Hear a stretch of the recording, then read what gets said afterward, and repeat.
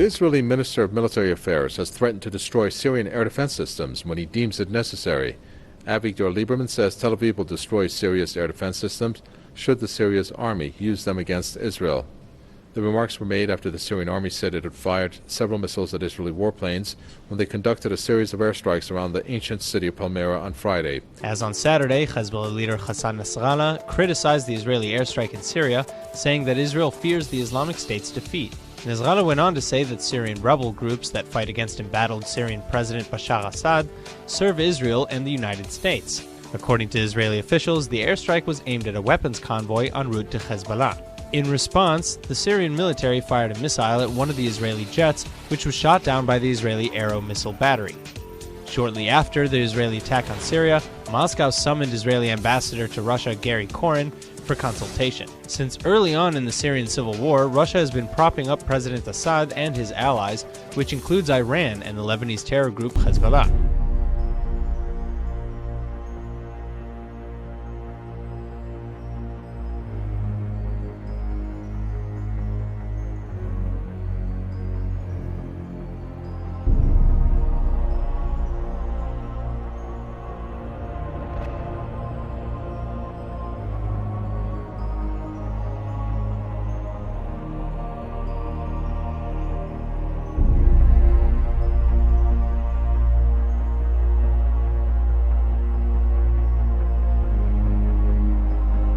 Last week, Prime Minister Netanyahu traveled to Moscow to discuss with Putin the current situation in Syria. A few hours ago, a Syrian air defense commander, Yasser Hussein Assayed, was killed by an airstrike near the town of Khan Arnabe while driving to Damascus. Though Syria accuses Israel of conducting the assassination with a drone, Jerusalem refuses to comment on the incident. However, the assassination comes shortly after Defense Minister Avigdor Lieberman threatened to destroy Syria's air defense system.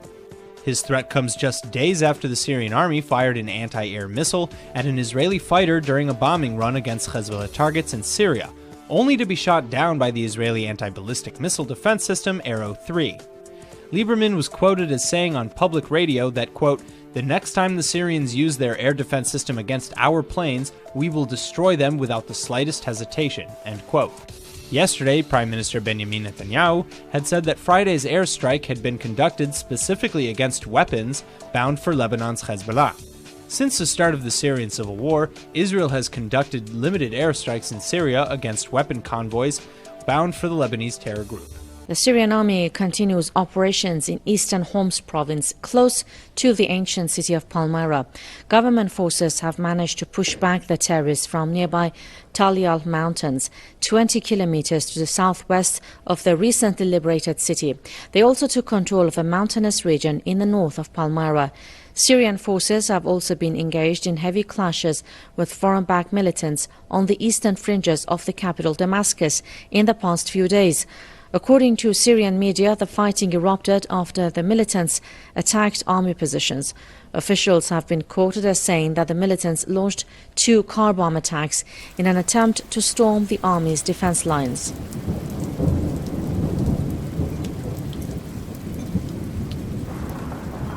Syrian rebels launched a major offensive on Sunday that brought them close to the heart of the old city of Damascus, and government forces responded with intense bombardments of rebel-held areas.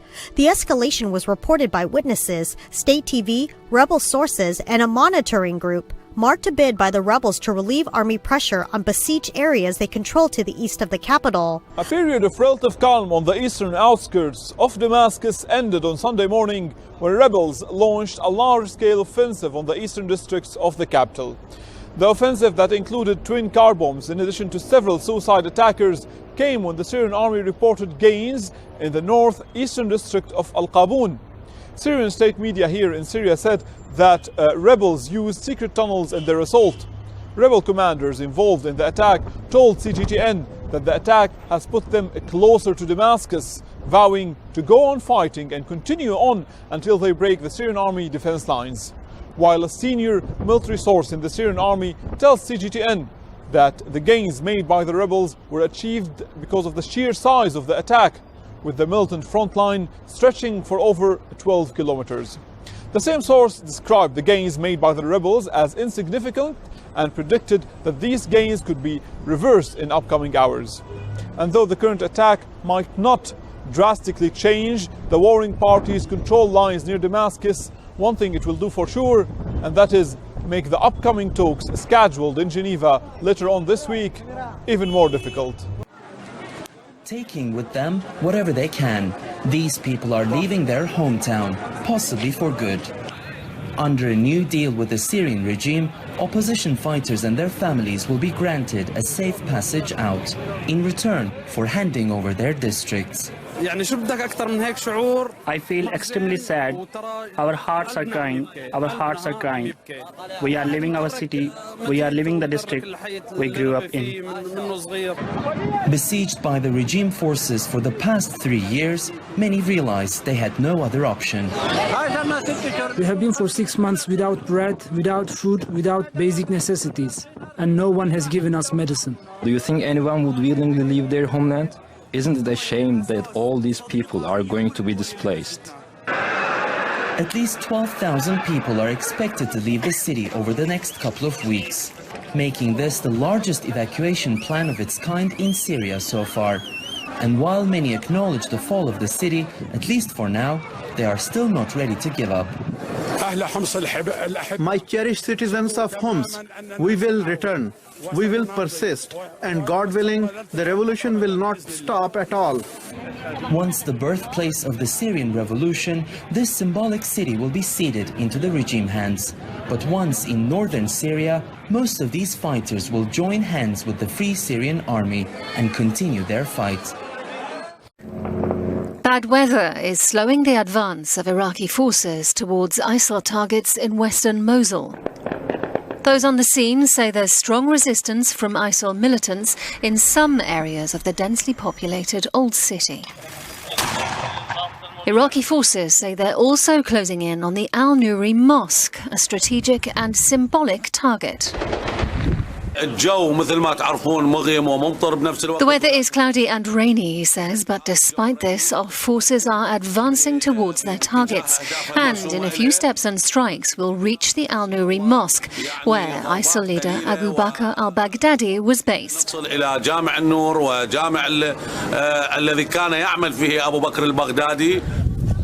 Carrying what they can, thousands are taking advantage of lulls in the fighting to flee to safety.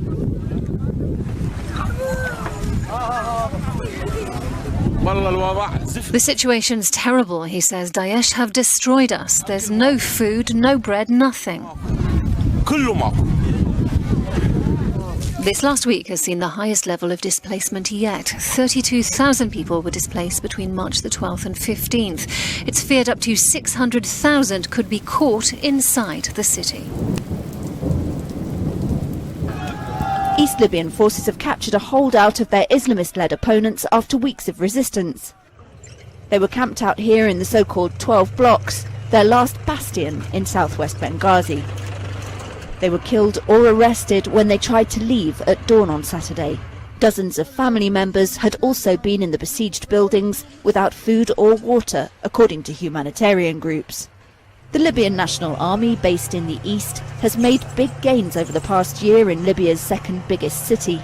Some of their opponents openly declare links to Al-Qaeda or Islamic State. Others say they're simply fighting to prevent a return to authoritarianism. Pockets of resistance now remaining in just 2 northern neighbourhoods.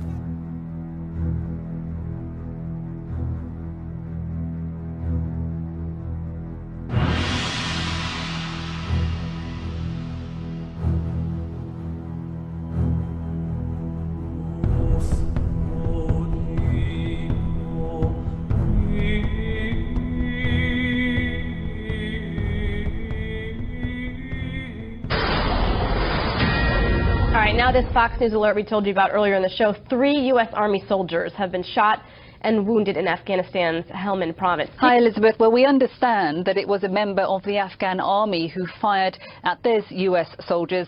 That soldier was killed by coalition troops nearby. We understand the injured U.S. soldiers are now receiving medical care.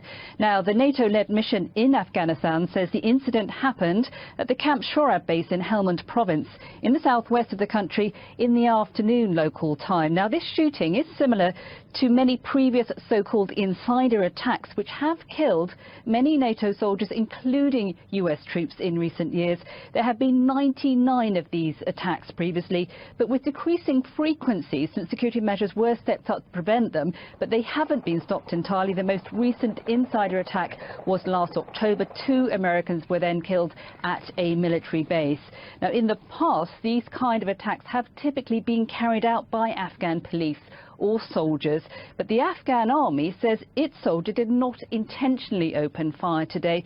There is no claim of responsibility for this particular shooting. Previously, the Taliban has said, or at least claimed, to have infiltrated the Afghan security services. Now, to give you some background, there are currently 8,400 US troops still on the ground in Afghanistan, many in a training and advisory roles, but those numbers are expected to rise with more US Marines arriving in the country in the coming weeks. Our top story this hour: the US and Romania are conducting joint amphibious maneuvers which involve nearly 1,200 troops.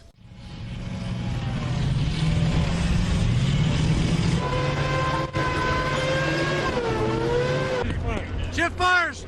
Point muscles that way! Okay, so exercise Spring Storm. It's a bilateral exercise hosted by the Romanian military where they've invited the U.S. to participate. And the purpose of this specific exercise is to enhance our interoperability with amphibious forces. The war games are being carried out near the Romanian city of Constanta, off the Black Sea. The exercises involve different types of amphibious vehicles, as well as jet fighters and helicopters. The drills, codenamed Spring Storm 17, are set to run until March 21st.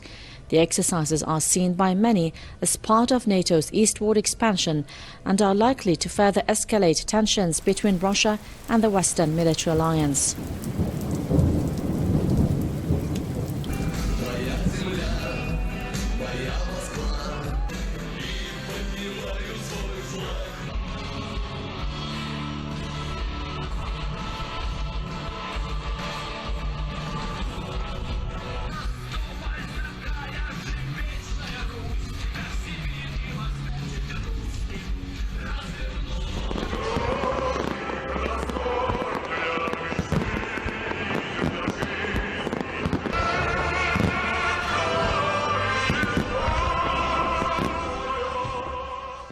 Tension between the U.S. and China has been building up since the Donald Trump administration was launched. Even before taking office, the former reality show star was highly critical of the Asian powerhouse.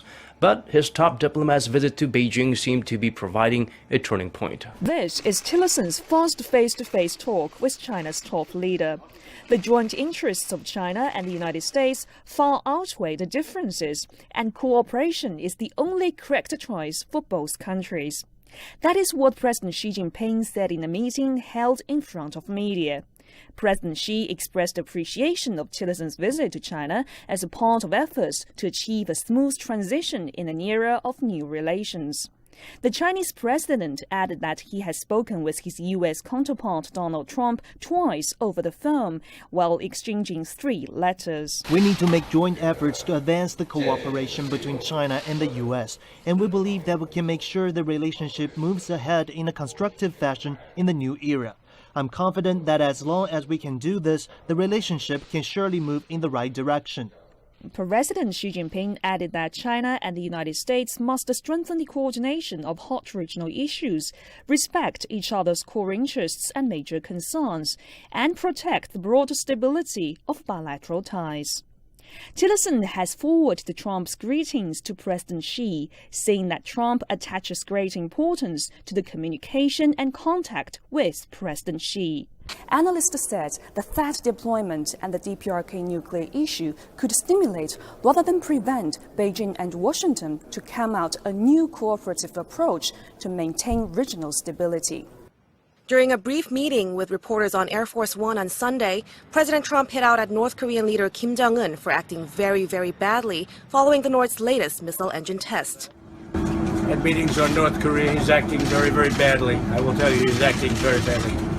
The president's remarks came shortly after North Korea announced it had successfully tested a new high-thrust engine, with Kim Jong-un calling it a great event of historic significance. The test was conducted while U.S. Secretary of State Rex Tillerson was in China, wrapping up the final leg of his three-nation tour to East Asia. Tillerson had previously denounced North Korea's missile tests, indicating that the Trump administration is open to taking preemptive military action if North Korea continues to elevate the threat of their weapons program. During an interview with Fox News on Sunday, Chairman of the U.S. House Intelligence Committee Devin Nunes also said Washington should be ready to take preemptive measures.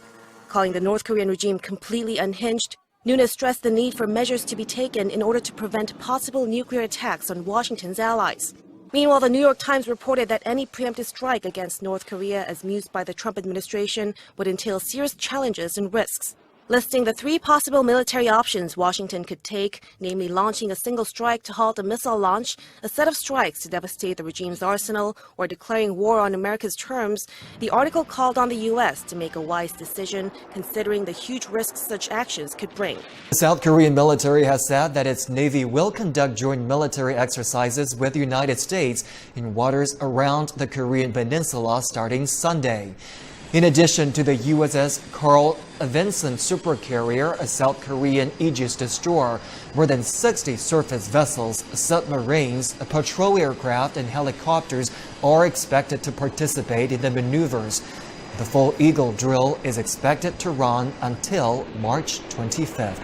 Overnight, a man was detained at a checkpoint near the White House driving a car that was deemed suspicious. You can see it right there. And just last weekend, remember, a fence jumper managed to spend nearly 17 minutes on the White House grounds before he was apprehended. Overnight, yet another security incident at 1600 Pennsylvania Avenue. This time, a man reportedly declaring he had a bomb and pulling up to the White House in a car. He was stopped at the gate by Secret Service and arrested there. This is the third high-profile White House scare coming in little over a week. This incident coming just hours after an intruder jumped a White House barrier before being detained on Saturday. This one while President Trump is away in Mar-a-Lago.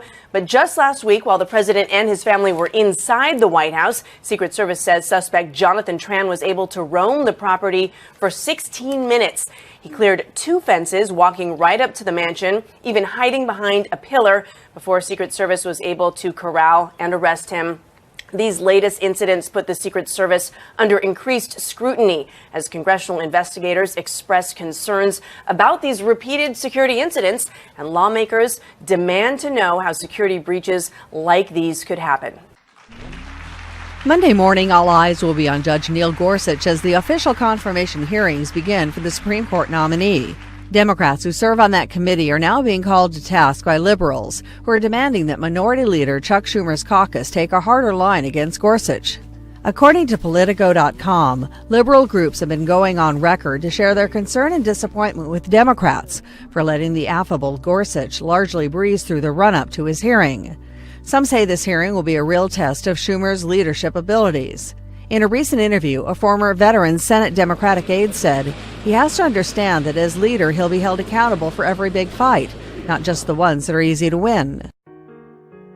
Meetup.com is taking a leap into the Trump resistance. According to the Associated Press, the New York-based networking site will soon unveil plans to coordinate protests among more than 120,000 activists already involved with anti-Trump meetup groups. The move reflects an increasing willingness of some major technology firms to push back against the Republican president. The new arrangement, which has been named #Resist, gives the loosely organized protest movement badly needed structure. About 40 technology companies met privately this month in New York City to brainstorm other ways to push back against Trump policies.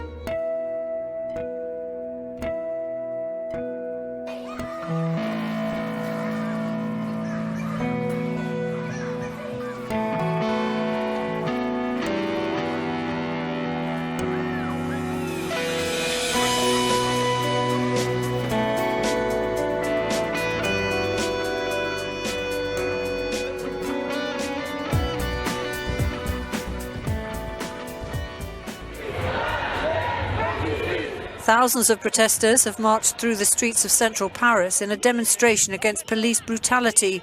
The rally was largely peaceful despite a face-off between some protesters and riot police who responded with tear gas.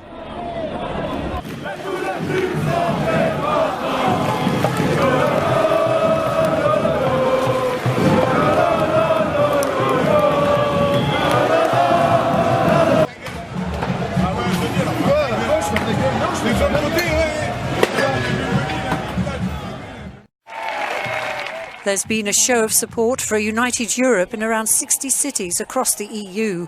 Thousands turned out to highlight their common values from Frankfurt in Germany to Bath in the UK. The rallies were organised on social media by a group calling itself the Pulse of Europe. The group says it isn't tied to any particular political party. I welcome both developments. They can do their worst. I can do better in my performance as a worker in government, period. This is a democracy. The Philippine president welcoming an impeachment complaint filed against him Saturday. Rodrigo Duterte is also facing a possible suit at the International Criminal Court. His comments come after opposition lawmakers filed impeachment raps on Thursday, the first under Duterte's 8-month presidency. A self-confessed assassin who testified to being in a death squad under Duterte is expected to file a case at the ICC this month or in April, accusing the president of crimes against humanity, his lawyer said recently. But Duterte has said he is on the right track regarding human rights and has never instructed security forces to kill suspects who were not resisting arrest. More than 8,000 people have died since he took office last year and began his anti-drugs campaign, a third in raids and sting operations by police who say they acted in self-defense. Pope Francis gets a lot of attention for his modern views on Catholicism, but he's now backing an ancient and controversial practice in the church. The Pope told priests that they should be willing to call on an exorcist if they feel it's warranted, but they should make sure the person is actually possessed first. There are no official statistics, but exorcisms are reportedly on the rise, at least in the U.S. Father Vincent Lamperch of the Archdiocese of Indianapolis said the problem isn't that the devil has upped his game, but more people are willing to play it. But not all Catholics support the practice. Some parts of the church would prefer to leave exorcisms in the past. Starting in 1999, the Vatican wanted priests to separate possession from mental illness. Several people who were thought to have mental illnesses died during exorcisms. Francis has made sure priests are prepared to perform exorcisms by recognizing the International Association of Exorcists, a group of hundreds of priests who are prepared to cast out the devil.